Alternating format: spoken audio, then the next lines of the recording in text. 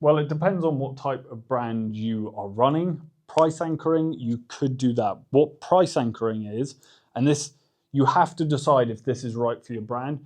Some people think it's the tiniest bit underhand. I personally wouldn't recommend it for most businesses, but if you feel comfortable doing this, it does make a lot of money. Okay, so price anchoring, let's take an example. You have your hero product, right?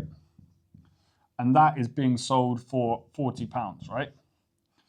And you're trying to justify the price of this £40. You're putting in your features or your benefits, all of those things. One of the easiest ways to psychologically trick people, and this is why I say you might not want to use this, there's a weapon that you can use at your own discretion. One of the ways that people justify a price point like this for a product that people may question, right? This all depends on your product. One of the things that people do, and is very successful, is they put this price anchor in here where they offer another product that isn't necessarily their hero product, but what they will do is they will basically sell the same product and they will price anchor extra features for 52, right? And they will advertise this as the main product.